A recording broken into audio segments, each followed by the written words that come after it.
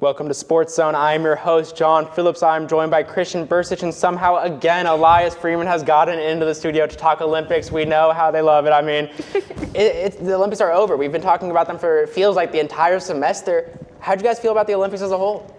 I thought they were awesome. I mean, they always are. The Winter and the Summer Olympics, I think that they really contrast each other really well. Like, this might be so base to say, but I think it would be kind of lame watching the same one without the other in between every 2 years. Like, there are a lot of people who will say I'm wrong and that only the Summer Olympics are cool, but those people are objectively wrong. Hey. Like, the Winter Olympics are awesome. Like, I think it's crazy to say the Summer Olympics are the better Olympics. I think that's a crazy take. That's an opinion a lot of people on Twitter and the internet are saying right now. I know we're on the but Winter it's Olympics crazy. blog, but I agree. I think the Summer Olympics are better. Sue me. I know. Bad take. I know. Bad take. I know. Since I hate the Winter Olympics so much, I'm gonna let you guys talk about who you love for for America. You know, what medalists impress you the most for the United States at the Olympics? My favorite gold medal, it has to be that overtime winner from Megan Keller. Like, come on. I will say, with the hockey, I am sad that it was 3v3 overtime. What are we doing? You deserve a real overtime. This is the Olympics. Absolutely. 20 minutes of 3v3 then a shootout? What kind of rule is that?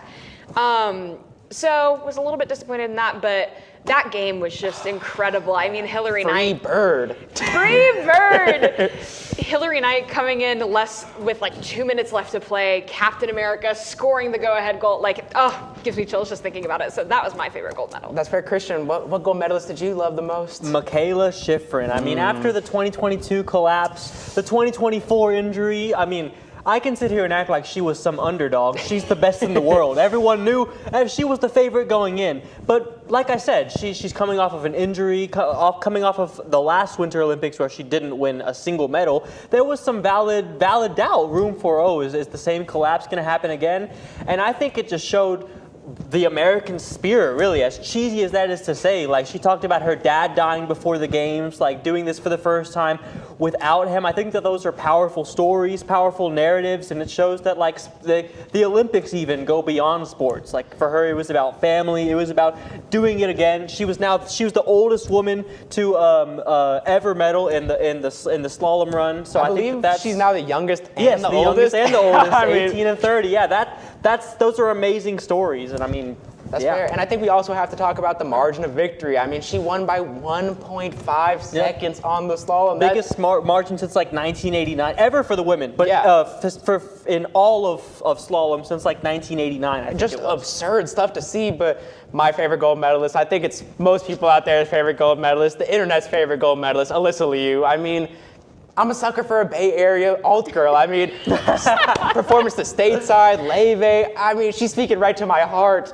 So, I mean, those performances, I was moved by her performances genuinely. Leve performance, the short program it was insane. I love that. I absolutely agree, but can we stop asking her about anime? Like, she's out here doing amazing things we've ever seen, and they're like, so what's your favorite anime? Like, okay, yeah, they want to tap into the internet, but yeah, we got to give her some real questions because of how dominant she was. I mean, this is a gold medalist for a reason. So, yeah, but I mean, America as a whole had a pretty good Olympics. You know, we finished sole possession of second place, 12 gold medals. After a little bit, it looked like we might get third place early on into the Olympics, but we got that second place. How are you guys feeling about that performance? I will say, I'm going to get on my soapbox for a second. Of those 12 gold medals, 8 of them were won by women, and 63.6% of the total medals won by the U.S. were won by women. So I think we got to talk about it for a second. I mean, come on. You have people laughing in the face of women's sports right now.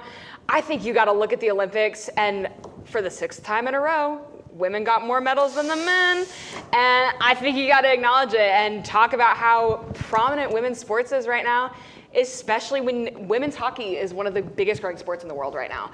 And I think it's super special to see on my Absolutely. behalf. I mean, I think that women's sports as a general are growing so much right now globally, and a performance like this with these stars, you know, Michaela Schifrin, Alyssa Liu, the women's hockey team, you see all these star performances from American women, and I think that's really big for the growth of women's sports in general in America. So, I completely agree with that point.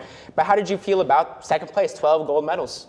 I think that it's great. I think that It's really interesting too, because when you look at the list of countries, we're talking about countries like up in the Arctic, up in northern Europe. They have no lights, no electricity, just snow. Exactly, and That's how I grew up. Yeah, well, that's what I'm about to say. We can't act like there aren't places like that in our own country, but still, I think it's awesome to think that we come from this country where half of our states, it's a miracle if we get snow, and we have so many people competing in the Winter Olympics. Like you said, so many Bay Area. They're definitely not getting mounds of snow in San Francisco. So I think it's awesome to see like there's interest in these sports, even in places where it's not like naturally occurring, if that's the right way to put it. I think the United States just are the best country at sports in the world. I mean, I don't think anyone else compares. No matter what the sport is, Summer Olympics, Winter Olympics, anything outside the Olympics, we just win a lot. And let's talk about it. Particularly the women, though. Like, let's be real. Like we talk about the NBA, which that's changing the subject. But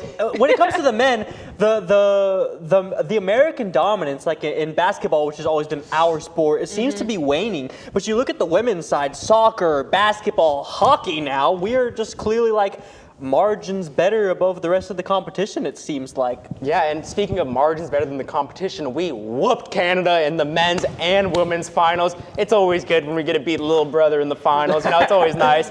Let's talk about that. Let's start with you, Eli, with the women's hockey final. I know you want to talk about it even some more. Talk about it. Let's talk about that gold medal performance. I mean, come on. I was watching that game and I was like, I have chills right now. I was like, this is so special to watch. It really healed something in me as the little girl who was the only hockey player in her state. It was so special to see. And the men's performance too was just phenomenal. And I'm going to get real nerdy here for a second. Ready? Get real nerdy.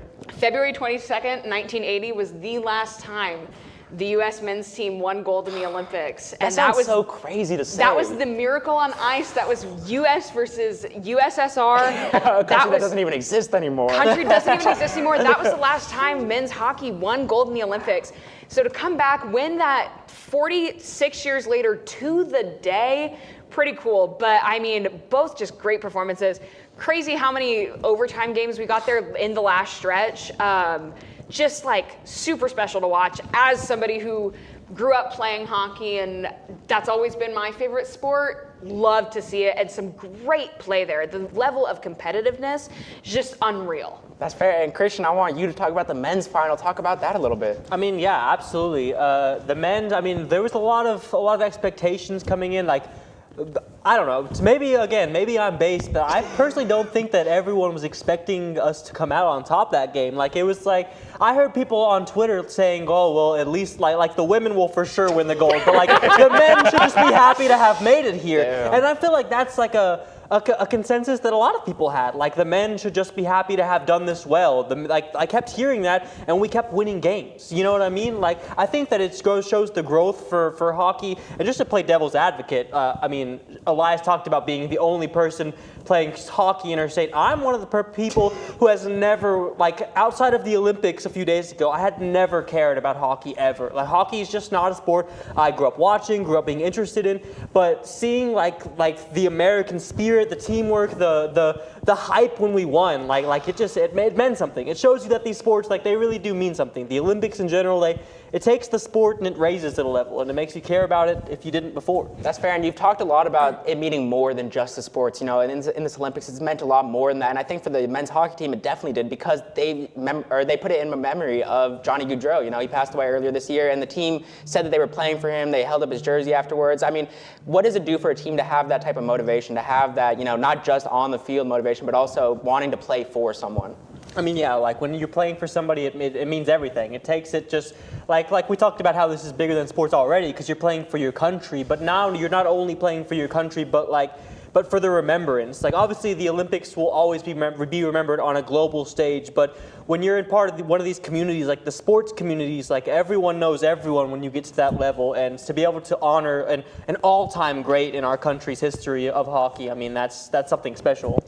I think honoring Johnny Gaudreau is something so special. I mean, you talk about how you're not really a hockey guy, but hey, for I know hockey the name. fans, I know. Yeah, you know the name. But I remember where I was when it broke that Johnny Gaudreau had passed. Like, that's how big of a deal it was. And just knowing that he would have been on this team and he would have been such a key player of this team seeing his legacy still honored today, I mean, it's gotta be something super special to his family. I mean, his family has done so much in his name and has just really pushed for this.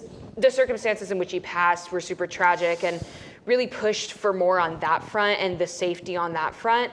And then to also see him still being honored at the Olympics almost a year and a half after he passed. I think it was October 2024 is when he passed. Just super special to watch. I mean, yeah, it genuinely gave me chills. Like, even just talking about it here, I'm like getting emotional. It's giving me a little bit of chills because it was just so big of a moment for the team. And this Olympics had a lot of those moments. And it was a really good Olympics for the United States. And I'm excited for the Summer Olympics, and I'm excited for the Winter Olympics when they come. But sadly, that's all the time we have to talk about the Olympics, so we won't be talking about it on the show again. Join Steven on Thursday night and me next Tuesday on Sports Zone. And I'll see you guys next week.